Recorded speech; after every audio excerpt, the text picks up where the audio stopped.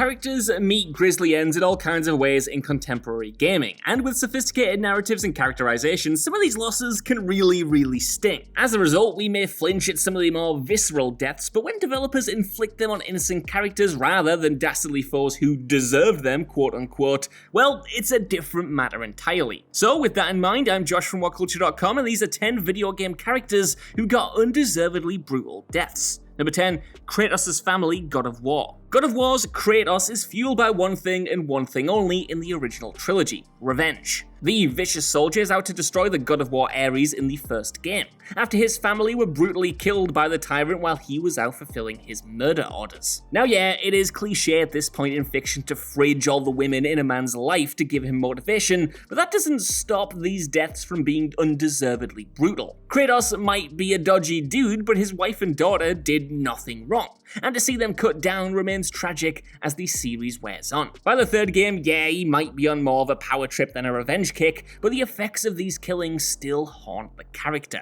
Number 9, Baby Metroid, Super Metroid.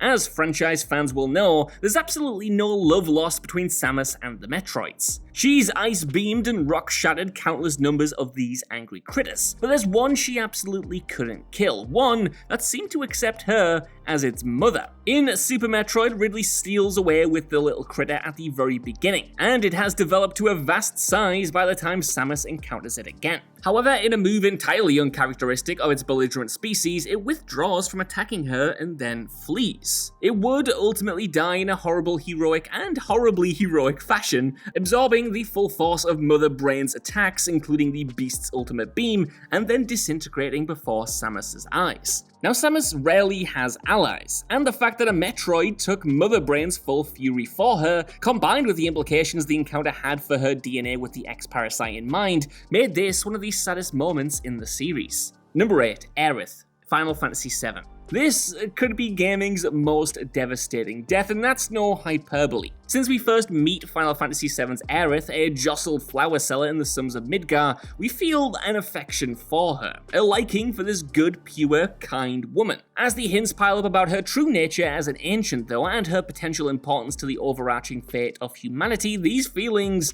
only intensify sevenfold. This all leads, as we know tragically, to an encounter at the Forgotten Capital that defined gaming history for years to come. Here, Cloud hurries to the goodly Aerith on the altar, only to seemingly see Sephiroth plunge towards her with a sword from above. This much-discussed death was a shocker for its time and remains so many years later. It's rare for the Final Fantasy series, and indeed RPGs in general, to kill off any main party member, and to present her death in such a fashion was a powerful move. Number 7, Father Gascoigne's family, Bloodborne.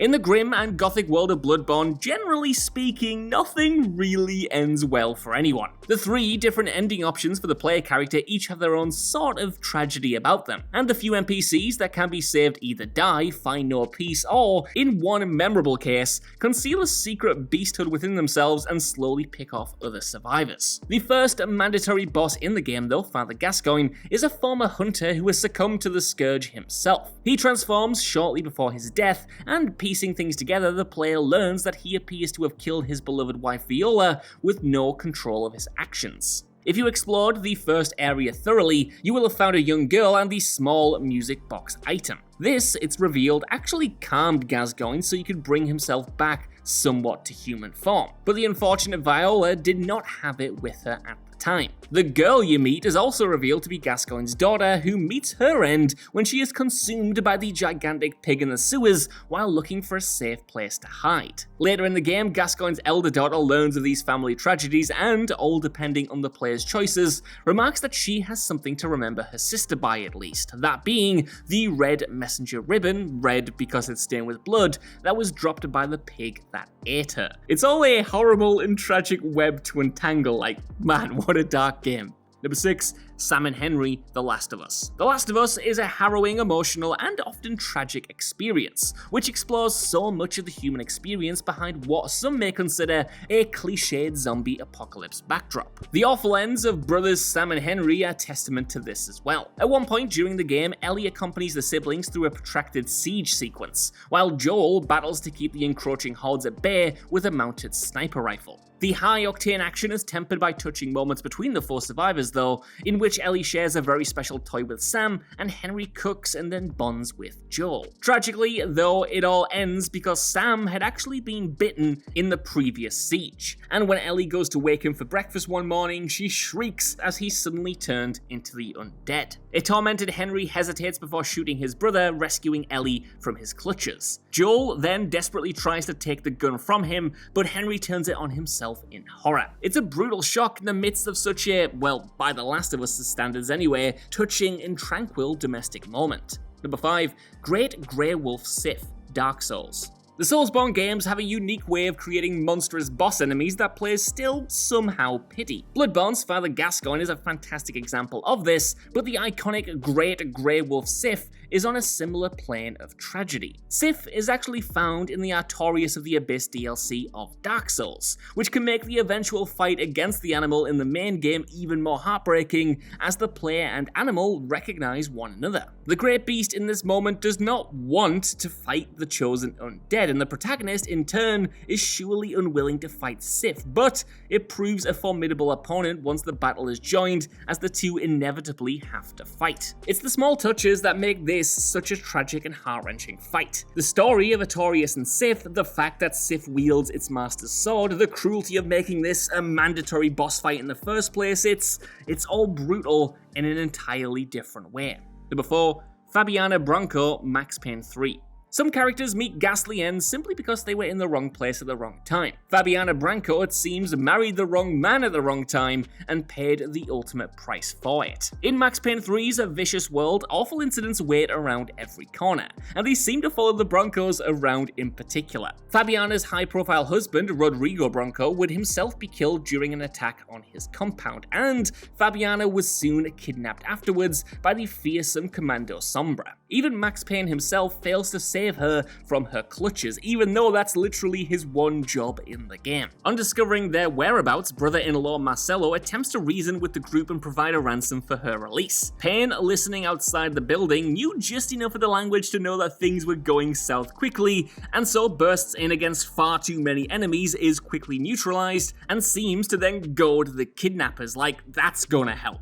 In response, the bound FABIANA is shot in the head and killed right before his eyes. Number 3, John Marston, Red Dead Redemption. John Marston's end has a bittersweet, brutal beauty about it. See, Marston may not have been the goodliest and most noble of men, but he always had his family's welfare in mind. As such, the player commits awful deeds as Marston, but the raw, imperfect character develops in a gripping way. Consequently, through the course of Red Dead Redemption and its prequel, we come to love him. Players understand the reason why he's being hunted, and the moral high ground is tough for Marston to claim, but nevertheless, his death is just heartbreaking to watch. It has all the hallmarks of a movie tragedy, from his son's "You're coming with us, pa," to the slow opening of the barn door, from the few foes Marston can dispatch in slow motion, to his slow and haunting drop to his knees. It's just protracted, brutal, and genuinely upsetting. Number 2, Delta BioShock 2.